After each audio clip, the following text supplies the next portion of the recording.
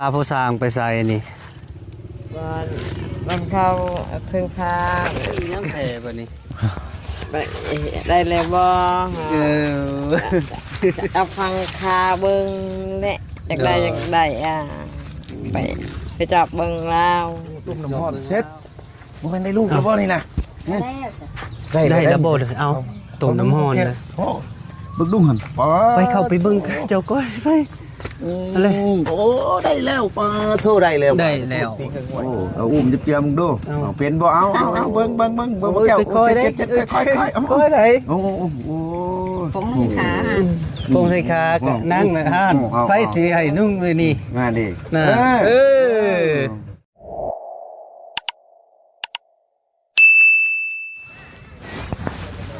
ครับทักทายสบายดีพ่อแม่พี่น้องเบิดสุกูสุคนหรือว่าภายในหรือว่าอยู่ต่างประเทศก็ยินดีต้อนรับเข้าสู่ซองของเบาแก้วชาแนลคือเก่าพี่น้องนี่เนาะวันนี้เบาแก้วก็ตามหาแม่สุกกับพอสร้างเนาะพี่น้องนี่เนาะจักปืนไปใส่เนาะแล้วก็เบาแก้วก็สีย่างไปถามพี่น้องนี่เนาะย่างไปถามแม่สุกกับพอสร้างจักปืนสิไปใส่เนาะพี่น้องนี่เนาะแล้วก็เบาแก้วมีความสนใจว่าซองพ่อเมียเนี่ยไปใส่เนาะพี่น้องเนาะก็เลยว่าตามมาเลยพี่น้องเนาะโอเคไปพี่น้องเนาะมีแต่ว่าเบาเกียวสิไปถามเบิ่งกึบพากันไปใส่นี่เจ้าสบายดีโดยสบายดีเด้อแม่สุกสิไปใส่แม่สุกเมียชวนขึ้นมาจอบบนนั่นแหละคนบ่ผู้ถือผ้าคาทองโอ้มีแห้งโดยกินข้าวอนุญาตเด้อรีบก่อนก็เลยว่ามาพักผ่อนอันรถน้อยนึงมาพักผ่อนรถอยู่พี่เลยแม่นจังสิเข้าไปโดยมันเป็นในใดเพิ่นอยู่ดีมีแห้งอยู่บ่หรือว่าในใดคือว่าชะม้อยอยู่บ่ได้มาจอกเพิ่นนึกเทื่อโดยโดนเติบเลยบ่โดนแหละบ่ได้มาก็เลยมาพาเพิ่นมาเพิ่นก็โดยคือว่าอยู่ผู้เดียวแต่เก่าสายผ้ามาอยู่นำบัดนี้สายผ้าก็เมื่อเลยว่าว่างมื้อนี้ก็เลยทูดมาอยู่บ้านน้องน้องอีนี่แหละทูดมาเลยพาเพิ่นและเกี่ยวขุดมาจอบเบิ่งผู้ถือผ้านี่บ่ก็อันน่ะแม่นเอาไปถ่ายตอนนั้นติแม่นเป็นใดเพิ่นได้หรือบ่หรือว่าบ่ทันได้ก็อยากฮู้ว่าเป็นใดโดยเป็นใดเบสุสวัสดีเพิ่นแน่พาผู้สร้างไปใส่นี่วันเข้าถึงพาตีแม่วันเข้าถือผ้าตะกี้กระแนมกล้องนี่กว่าผู้ถือแผ่นเจ้าบ่ถือแผ่นมันเฮ็ดยังแผ่นเจ้าอยากมาจอบเบิ่งบ่เลยจับเบิ่งเจ้าถือยังแผ่บัดนี้ได้เลยบ่เอาฟังคาเบิ่งแหละอยากได้ไปจับเบิ่งแล้วจอบเบิ่งแล้วเราได้หรือบ่ได้เนาะเลยก็ไปจอบเบิ่งก่อนเนาะไปบัดนี้พี่น้องเนาะดีกะเบาแก้วก็สิไปตามเบิ่งเลยพอสร้างก็มีสุกเนาะก็ได้มันลูกเพิ่นเฮียในทางก็สิเก็บเอาบ่แค่นี่บ่เจียวเขาเบิ่งมีสุกก็แต่งตัวเบิ่งงามเนาะกับพอสร้างก็ได้บ่อยากมันขี่ใช่บ่ขี่ยังบ่ทันเห็นจักได้ยังบ่ทันรู้ว่าสิได้หรือบ่พี่น้องเนาะรอลุ้นไปนำกันเนาะไปเบิ่งเนาะพี่น้องเนาะเป็นได้กะเพราะว่าเบาแก้วก็ตามมาเพราะว่าเห็นพอสร้างก็ไม่สุกไปนี่คือว่าแปลกๆเนาะพี่น้องเนาะก็เบาแก้วมีความสนใจเนาะก็ความสงสัยอีกในนึงพี่น้องเนาะถือว่าไปแบบแปลกๆค่ะนะทำอิดว่าสิไปบ้านน้องน้องอีบ้านน้องน้องอีบัดนี้ฮอดทางแวกับบ่ได้แวไปพุ่นนะแวมาพี่ก็เลยว่าบอกแกตามมาพี่เลยพี่น้องเนาะไปพี่น้องเนาะไปรุ่นไปเบิ้งนำกันเนาะเป็นจะได้กะผู้ถือผ่าคาทองหั่นน่ะพี่น้องเนาะจากพื้นใดลูกระบอหรือว่ายังก็ยังอยู่หรือบ่หรือไปใช้กะสิไปเบิ้งไปส้มนำกันนี่แหละพี่น้องเนาะพอดีกะโดนเติบบ่ได้มาเยี่ยมมายามเพิ่นเนาะพี่น้องเนาะไปสตาร์ทรถบ่านี่ในสุกสิย่างเอาบ่โอ้ขี่หลายคนแล้ว โน่ยังย่างเอาอีกบ่ได้ขี่รถทะละ โอ้ยอกนิดนึงบ่ได้ได้ดิ ไปพี่น้องเนาะขึ้นรถ ขึ้นรถนะแม่ เอ้าขึ้นรถมันย่างไป ขึ้นรถมันยังบ่ขึ้นบ้านนี่แล้ว พี่น้องเนาะเพิ่นก็มีคนสนใจอยากมาจอบเบิ่งเนาะพี่น้องเนาะ เข้าไป เอาขี่ก่อน ใช่กูเป็นไม้ตกบ่เอาออกแล้วไหมยังหน้าหนึ่ง ยังไปสองคนนี้กันไปแล้วพี่น้อยเนาะเพราะว่าบ่แก้วก็เคยมาอยู่เทื่อนึงไปพี่น้องเนาะพอดีมาฮอดแล้วโธ่เพื่อสิฮอดบ่เป็นง่ายเนาะ ชิมิดชิเมสมิดชะม้อยอยู่บ่ คือมิดสิมอย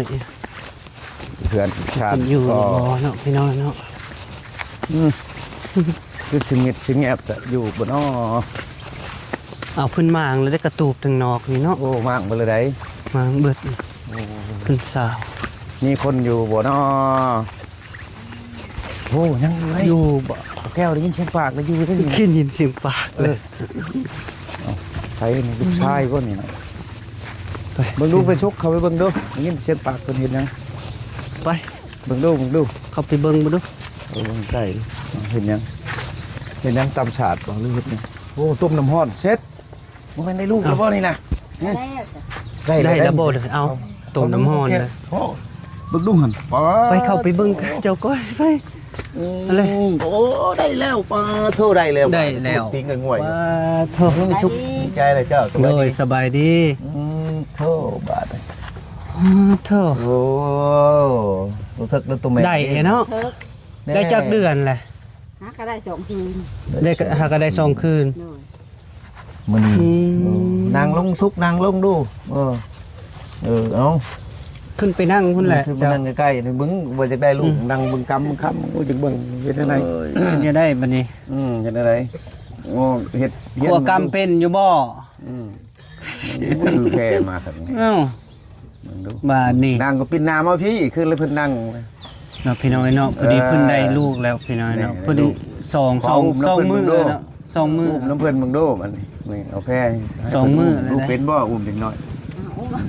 โอ้เอาอุ้มจับเจียมึงดูเอาเป็นบ่เอาเบิ่งแก้ว ค่อยๆได้ ค่อยๆเอา ค่อยๆได้ โอ้โห ผมให้ขา ปงใส่ขาก็นั่งนะฮะไฟสิให้นุ่งเลยนี่ มาดิ น่ะเด้เอาพอดีกินเบิ่งได้บ่เคยได้เด็กน้อยเลยเฮียนเบิ่งดูบัดหนึง เอาจนเซ็นเลยโอ้จะเซ็นเลย เบิ่งดูของมือน้อยก็ตีงเลย นั่นให้แหละ นั่น เป็นอะไรไม่สุก เป็นอะไร ดีใจบ่ ดีจะให้ ดีใจเนาะได้ลูกชาย มาเจอ ดีใจ อันนี้คือเรานี่ ดีแท้ที่นี่วะ โดยบีบทางนี้โอเค โอ้ยทงกันจนบ่แก่เนาะถึงโดดฉลดเนาะว่าโท โหลดใส่เลยเนาะ วันยังเพิ่นได้วันเสาร์บ่เสาร์อาทิตย์จันทร์ จัน วันเสาร์ตะแรงบ่วันเสาร์วันที่เท่าไหร่ นี่ ตอน7 โมง ตอน7 โมง ตอน7 โมง ยามนอนเนาะโอ้ โอ้ยผม มีไผได้มาเบิ่ง 2 คนกับลูก 2 คนกับลูก ได้ ได้บ่มีไผมาเบิ่งเลย แข็งแห้งยมซื้อไปหาไข่มดแดงอย่างนี้นี่นะ ได้วิทย์เลยจังลงไปหาหมู่บ้าน โอ้ เป็น โอ้ยอยากแล้ว แล้วอยู่ดีมีแห้งอยู่แล้วว่าแข็งแห้งกินข้าวกินน้ำก็แซ่บอยู่แล้วว่า เจ้าก็ขึ้นนั่งพุ่นน่ะผัวพอสร้างก็ได้ โอ้ย มาเบิ่งมาดูลูกชายอ่ะ มันมีบ่นั่งอยู่บ่ ในสุกยับอีกไปพุ่นได้บ่ได้บ่ อันหนึ่งเอาสำนีละเอาเล่มได้ยัน โอ้โห ได้ เอ้ย โอ้ยคันได้ลูกมันบ่ได้เห็นหยังเท่าไหร่ไผเด้สิป้อนข้าวในทุกนี่ โอ้ เนาะนางเนาะ ข้าวเนาะ เยอะ เมื่อยเนาะเอ้ยเพื่อสิมาฮอดบ่ตามพี่น้อยเนาะ พอดี เดี๋ยวว่าเพิ่นพามาหยังบ่ฮู้จักก็เพิ่นโอ้มัน เอาบ่ได้ฮู้ใด บ่ฮู้ได้ข่อยก็ดิ บ่ได้ฮู้ว่าพาไปแบบใดว่ะข้อยก็เลยตามหาตะมิดว่าสิไปบ้านน้องอูน้องอีว่ะไปทาซี่บ่แล้วว่าเอาเลยบัดฮอดทางแว่ก็บ่เห็นแว่น่ะคือว่ามาทางนี้ดองๆอยู่สงสัยจังได๋เนาะเพิ่นตื่นมาแล้วคาร่นอยากมาเลยเป็นได้บัดนี้ เป็นจังได๋ เซลเมื่อแล้วหึถามเพิ่นดูถามเพิ่นดูสิให้ข่อยบ่วะ ถามเลยแม่ถามมึงดู ฮะ ผมบ่ ผม อืม ลายก็โตไว2-3มื้อ ขี้ลายเนาะตะปุเด้อผมข่าวได้อืม ให้บ่ ให้บ่เออ ให้บ่นี่นะ ปลดได้หมวกน่ะหมวกเจ้าฮะปลดได้เด้ปลดได้แล้ว แต่ผัวบ่อยู่สิได้สิได้กินข้าวอยู่บ่ น่ะคือบ่คือนายเจ้าอยู่บ่คือบ่คือนายเจ้าอยู่บ่เงยหน้ามาพี่รู้เจ้าฮะ เดี๋ยวสินอนหลับแล้วมื้อแรงนี่อุ้มเลยเนาะ ได้อุ้มเลยบัดนี้ บ่ยากแล้วพอสิตัดถอนกล้วยแล้วให้เพิ่นอุ้มนะฮะ เออ อ้าว เปิด อันนั้นยอกเลยแหละ ช่วยนี่ จนเส้นพี่น้องเลยเนาะเบิ่นไว้เห็น บ่ได้ไปนำผัวแล้วบาด เด้อ ได้อีหลีกับพอแห้งเลย น่ะหำน่ะ อ๋อ โอ้ยน้องหำ แต่เพิ่นสิ อืม ได้ เว้ยให้แล้วนี่ กำลังกินน้ำห้อนพี่น้องเนาะ อืม ตัก โอ้เลย กินแล้วบ่ข้าวเจ้า กินแล้ว กินข้าวแซ่บอยู่บ่ โดย อืม เหมือนปนคาบ่ที่พี่ตะกี้ตำหัวคาเด้ ตามหัวคากินคาบ่ เกลียดคณะกินบ่ได้กินแค่กระคับ แล้วก็ได้สองมื้อเนาะ ได้ สองมื้อ ได้กิน จดบ่ดูวันที่หยังก็คันสองมื้อก็วัน 17 มื้อนี้วันที่ 18 โอ้ย 18 19มื้อนี้20แม่นบ่20นำมื้อนี้เนาะมื้อ21แม่น แม่นมือผ้าแตกติ้มก่อนผ้าแตกอยู่บ่ แม่นบ่ได้ เย็นได้เนาะเป็นบันเช้าให้ได้อยู่เดียวให้ได้ผัวบ่อยู่ผัวไปเฮ็ดเวียกทดสอบก่อนเด้เอาแก้วเอ้ย เฮ็ดจะได้บัดนี้เป็นตาแพงเนาะพี่น้องเนาะทุกปุ๊ เอ้ยอืมอืม ก็แม่นวันที่18 คือแหละไม่สุกเลยคือแหละเงยหน้ามาพี่หน่อยโอเคโอ้ทางนี้จดบันทีแล้วเด้แบบนี้เนาะรอรุ่นเด้อไม่สุกกับพอสร้างเป็นลูกของไผ่แทะบ้านนี้เออเป็นน้องของไฟฟ้าอยู่บ่เนาะ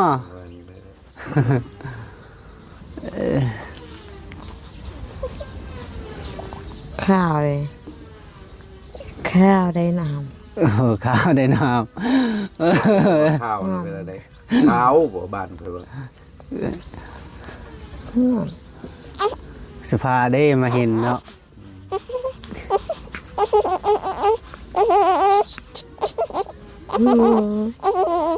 เลยว่าอยากนมแล้วนะ เอากินดูเอาลองดู แน่อยากได้เนาะเอานมให้เพิ่นกินได้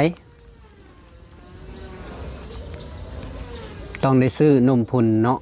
มาส่งให้เพิ่นกินเนาะพอสร้างเป็นนมหยังแบบนมไวตามิลอันนั้นบ่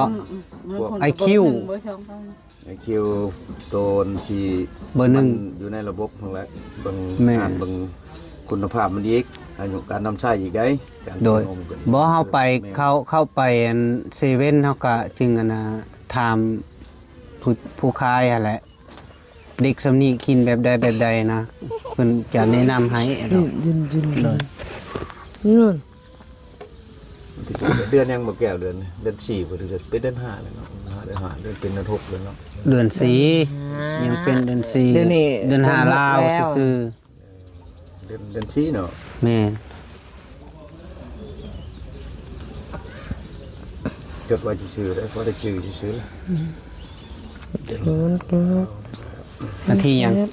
48 18 เดือน4 2026เป็นมื้อเด็กเกิดเบิ่งวันที่18นี่มันออกเลขกระปูเนาะแสดงว่าเท่านี้เป็นอันใหญ่มาแล้วไปหาคุดบุจัก เดี๋ยวพุดกระปู อีหลี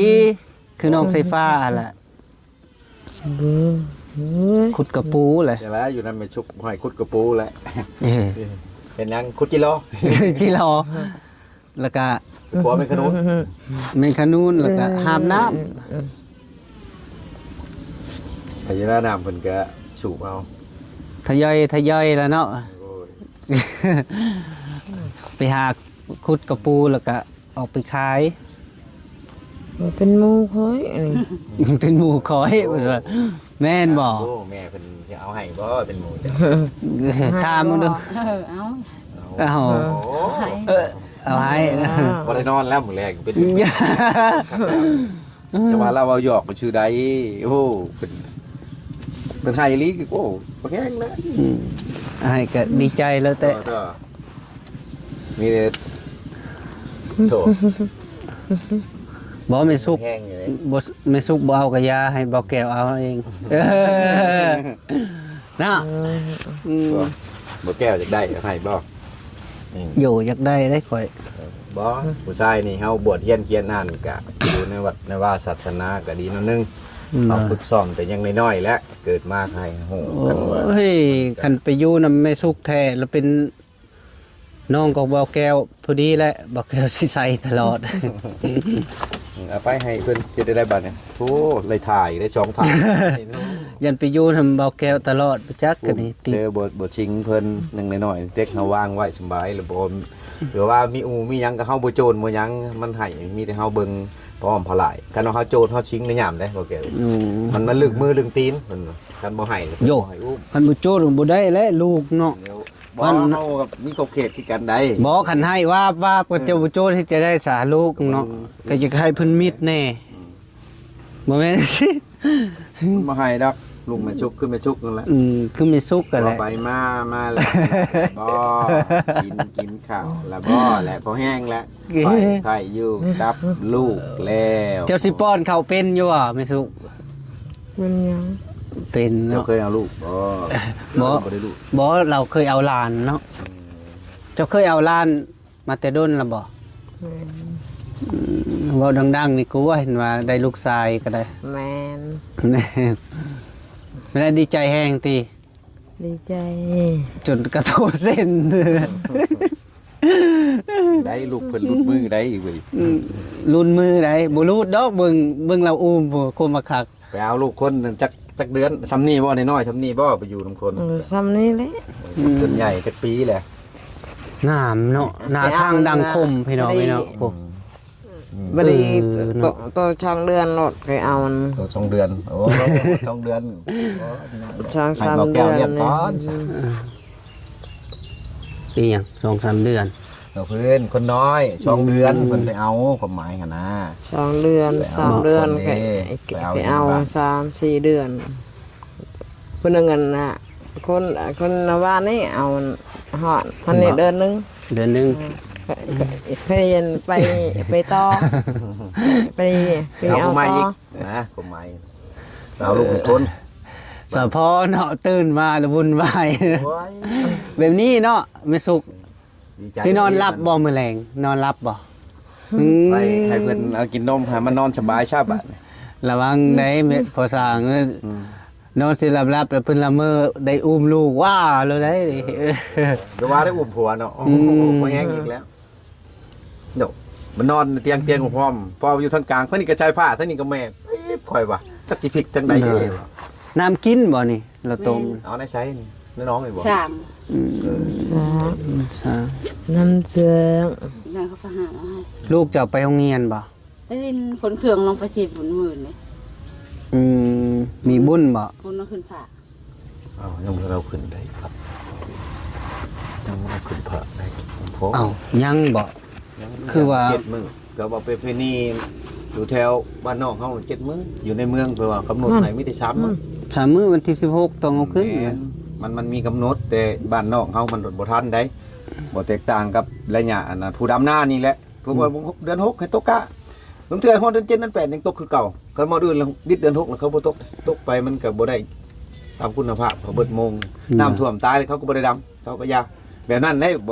นเขาถือหน้านี่บ่ได้อันนี้บ่ดำมันบ่ได้กินเดือน12ก็ดำอยู่หั่นแหละนี่ได้ซะมันยิงตามประเพณีได้อันนี้ประเพณีเพิ่นอยู่ เบิ่งเฮาสิถามแม่บัดนี้ไปได้ มาใส่ดูบ่ เนี่ยใส่ก็ได้ กับโดยขอโทษเด้อเขาจะถามหน่อยนึงว่าก่อสร้างกับแม่ซุกในพื้นมาก็มีจุดประสงค์หนึงแล้วก็เป็นแนวใดคือตามคำเว้าอยู่บ่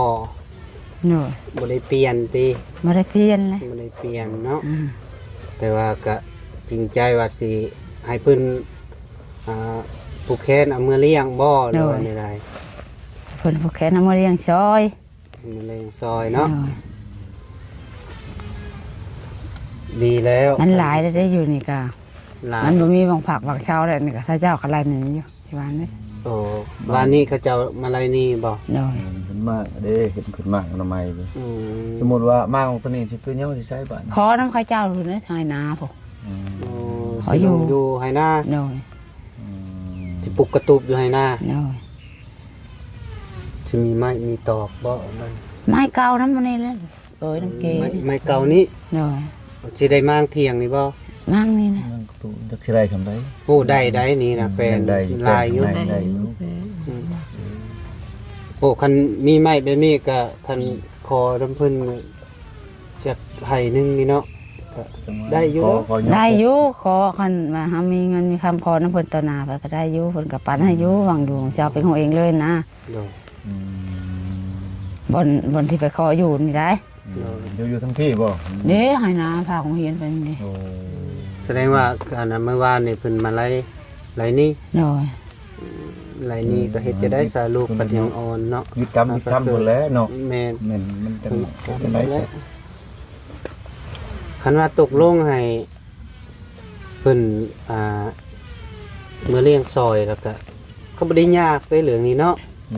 มีแต่มื้ออื่นตกลงปรงใจแล้วก็ เพิ่นออกกรรมออกคำเฮาก็มาปกครองตะแคน ออกกรรมก่อนบ่ โยกนี่มันได้ออกกรรมก่อน จักมื้อ ยิงตามเพิ่น 7 มื้อบ่ แม่นเฮาก็เมื่อปรึกษาทางนั้นก็คือเว้าขอโทษมันก็แม่นทางนั้นการคือเพิ่นตะไผคือเพิ่นอยู่ก็อยู่กรรมทั้งนั้นต่อ อืม มันกี่ไร่ก็ อีหลีแล้วต้องได้เฮ็ด เฮ็ดแล้ว ต้องได้ เฮ็ดบ่ได้แต่เป็นนี่นะก็บอกปกลงปลงใจ คันบ่เฮ็ดก็บ่แก้วสิเฮ็ดเอง แม่น แล้วพอช่างคือผู้คนนี้เห็นผู้แขนเท่านั้นเท่านี้เลยสิขอเลยนะขี้ดินนะ โอ้ ได้ชำได้ก็ให้ผลชำนั่นผู้เจ้าของ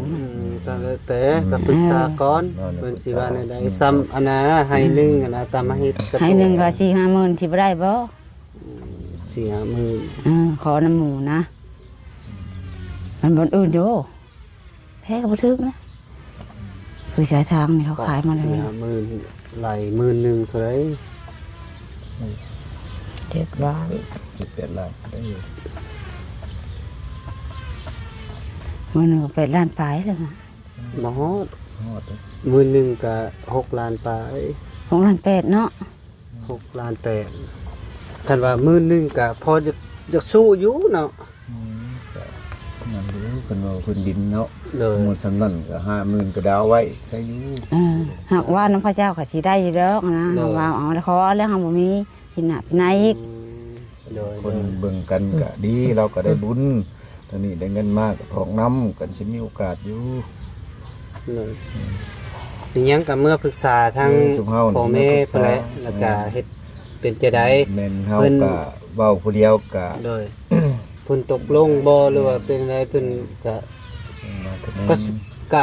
ก็สิบ่ยากหันน่ะเนาะ บ่ยาก บ่ยากดอกเบิ่งแม่เฒ่านะกับพ่อเฒ่าเพราะว่าเพิ่นก็บ่มี เบิ่ง บ่มีเด็กน้อยผู้ชายหั่นน่ะ คือว่าเมื่อก็นั่งซุกนี่ก็ยันได้จับแต่ได้อุ้มเด็กน้อยหั่นละอย่าพุ่นผู้เฒ่าไม่เฒ่าเพิ่นละผู้สินั่นบ่แม่นเป็นภาระเพิ่นเพิ่นเด็กได้แต่ชายผ้านี่ก็เมื่อก็ยังจมอยู่ยังให้ ห้องให้อยู่เช้านี้ แม่น อยากได้ อยากได้พอยามลูกหันไปตัวทีเห็นมันดีแล้วก็ความดีความงามเลยลูกเพิ่นความหักความแพงนี่แหละเมื่อเพิ่นเตือเพิ่นก็ทอดมาแล้ว คือสิแหละคันใดนี่นะ แบบนี้ คันสมมุติว่าเฮาเอาเมื่อเนาะ อืม ยันใส่ผ้าบ่อยู่เฮือนอีก อืม ต้องได้มาหาปลาล้อมแล้วเฮ็ดจะได้ก็มีน้องแหละต้องได้อุ้มอันนี้เนาะ บ่ได้อุ้มก็ต้องมาช่องเบิ่งว่าต้องมาเบิ่งตลอด เบิ่ง ค่อยฮู้นะน้องใส่ผ้านะคนแห่งแพงนะตื่นเช้ามื้อเช้านี่ก็แม่สุกก็ยังห้องยังไผ ขะล้นหน้าน้องใส่ฟ้าอยู่พี่น้องเนาะเฮ็ดจะได้ซะ หันเมื่อใดออกแล้วสิให้นี่โทรไป บ่มือสิออกสมมุติว่า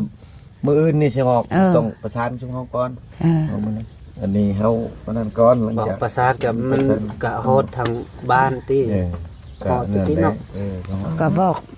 พอบ้านมีบ้านมาผูกคอตัวแขนแล้วจะหัวจะหางแล้วทางนี่ก็ มันแหละมันแต่ ค่อ นั่ ย นได้ มาอยู่แล้วค่อยนะเป็นลูกค่อยเอง เย้ยมันสิได้คู่มันยังให้เยอะมันเอามื้อสิบ่ให้กูนี่บ่ชุก โอ้เพิ่นฮู้เลยฮู้ โตยพุ่นไล่ก็โตเลยบ่2-3เดือนอีกเดียว ปูลุย ก้อย ปูลุย แห่เกี่ยวคอพุ่นแล้ว อืม ได้งึกหัวเรายังบ่เห็นดอกเห็นว่าก็ได้ยักยอกเลย หาก็ได้2มื้อเนาะ หาก็ได้ส่งมือ บ่ทันฮอด3มื้อซับ มื่นตายังบ่ขึ้นเลย บักเช้าวันเช้าพอดีวันเช้า เอาตั้งชื่อบ่ดูตั้งชื่อบ่ดูแม่สุกจะสิตั้งชื่อในใด บ่ฮ้ม บ่ห้าม บักห้ามบ่ได้บ่เอาได้คนบ่เอาจะสิตั้งชื่อได้ได อ้ายอันนี้ บักอ้าย อ้าย โอ้โหบักอ้าย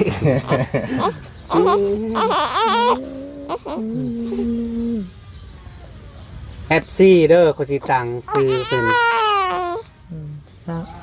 ฟังโลดชื่อยัง ชื่อ FC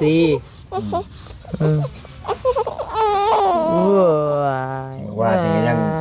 เขามาตามหา FC ว่ะ FC ดังเด็กน้อย 3-4 คนพูดนะเต็มเพื่อนพอช่างหมดตอนเจ้าไปเฮ็ดเขากินเด็กมาเบิ่ง FC ว่า FC ดังบ่หลังมาฮู้จักแล้วว่า FC เขาบอกว่า น้อยดีแล้วบอลีสิเบิ่งบ่แก้วตั้งชื่อแล้วชื่อ FC แล้ว ตอนนั้น เขียนไว้มึงดูชื่อ FC เลยทาง FC เลย ตอนนั้นปีใหม่ตอนนั้น ตัวได้ปีใหม่ เอาเนาะมากิกกัน โหดน้องกิ๊กละบาดนี้ น้องกิ๊กบ่ปีใหม่ น้องของน้องกิ๊กน่ะปีใหม่อันนี้น่ะปีเก่า FC เท่า FC เด็กบ่ย แม่นส ปี นิท 2026ชาว FC ปี2026 FC คุณอยากกินนมเนาะ กินนม น้องให้กินนมบัดนี้เป็นบ่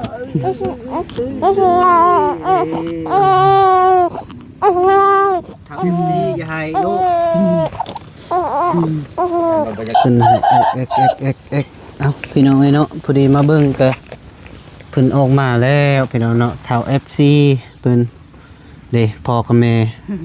แม่นเบิดแล้วนี่3คนโอ้ยแม่สุกยิ้มเป้ยบาดนี้เพิ่นได้อุ้มประมาณ30-40 นาทีพี่น้องเอ้ยเนาะ เพิ่น เด้อ กินออกกินออกไผ เด้อชื่อคงอยู่คงกินโอ้ยโจกไปแล้วเอ้ยเอาสิเอาเท่าไรนี่สิให้เท่าไรให้ลูกนะ ให้บัก กับชี้น่ะ ให้ FC นะเท่าใด50,000เลยป้าทุก โอ้ยสิกิน โอ้ยบำรุงลูกเพิ่นได้พี่น้องเอ้ยเนาะ ได้บ่ได้ก็รอรุ่นนะ รอลุ้นนะ เลขแหละ สำถึกเลขแล้วเนาะมาเห็นแล้วก็ดีใจแล้ว ว่ามาจอบเบิ่งว่าเป็น โดย ได้หรือบ่ได้ยินเผายังไปขึ้นบ่แดงอยู่ โดยโอ้บ่ได้แล้วเจ้าบ่ต้องไปขึ้นแล้วบัดนี้บดแดง เดี๋ยว มันบ่แม่นแนวได้ลูกก็อ่อนๆอยู่เอ้ย เก่าแล้วหากิน เอาเงินให้อันเท่า FC ก่อนพี่น้องเนาะ20,000กีบเดี๋ยวมื้อหน้าบ่าวแก้วมาแล้วก็บ่าวแก้วสิซื้อนมมาให้ปกนี่ พวกตัวคน เดยเอ้ยเอาเดยขอบใจเดยเอา กินนมนะ ให้เพิ่นกินนม บ่ขอบใจ มาขอบใจหลายๆเด้อสิได้กลับป่าแล้วบัดนี้เด้อเดยโอ้ยเอาพี่น้องไอ้เนาะพอดีพอสร้างกำเมสุกเพิ่นมาจอบเบิ่งลูกชายพี่น้องเนาะ